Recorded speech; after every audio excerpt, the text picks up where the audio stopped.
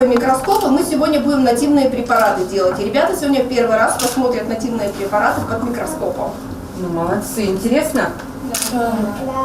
Биотехнология, беспилотники, радиоэлектроника, робототехника. Настоящей исследовательской работой и конструированием здесь занимаются не академики, а простые школьники. Возможно, будущие инженеры и ученые. Поэтому вполне логично, что именно в Кванториуме провели первое заседание попечительского совета Центра по выявлению и поддержке талантливых детей. Технопарк в Сыктывкаре открыл свои двери всего несколько месяцев назад, но в местных квантах уже нет свободных мест. Занятия посещает порядка 800 детей. Кванториум – это структурное подразделение Республиканского центра дополнительного образования.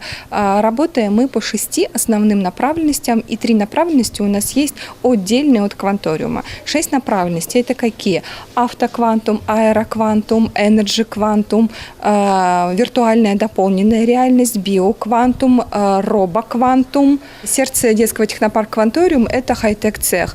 Это цех с высокотехнологичным оборудованием, где дети могут довести до ума все свои любые проекты, любой фантазии. Местные специалисты уверены, неталантливых детей не бывает. Просто нужно найти, раскрыть и развивать дар ребенка. Как раз такая задача стоит перед региональным центром, который создан по образу и подобию федерального Сириуса. Кстати, наша республика одна из первых среди субъектов России начала разрабатывать систему выявления и поддержки юных талантов в разных областях. Разработана информационно-аналитическая система региональная, которая позволяет учитывать одаренность, учитывать персональное портфолио, не терять детей, когда они переходят из школы в школу, или из школы в вуз, или в учреждение профессионального образования, или переезжают в другой регион. И, конечно, на стадии бюджетного процесса, когда уже утверждены региональные бюджеты и сам механизм, он не позволяет сегодня спланировать средства, которые вдруг понадобятся, если одаренный ребенок пройдет тот или иной отбор, например, уже в 2018 году, в мае 2018 года. Как раз финансовую часть деятельности и возьмет на себя попечительский совет Центра. По словам его руководителя, депутата Госдумы Ольги Савастьяновой, главная цель – привлечь спонсоров. В поддержке талантливых детей сегодня участвуют некоторые ключевые социальные партнеры региона, но этого недостаточно. Кроме того, совет планирует подключать к работе федеральных экспертов. Эта деятельность, она, конечно, требует включения и такого расширения взаимодействия не только на уровне республики.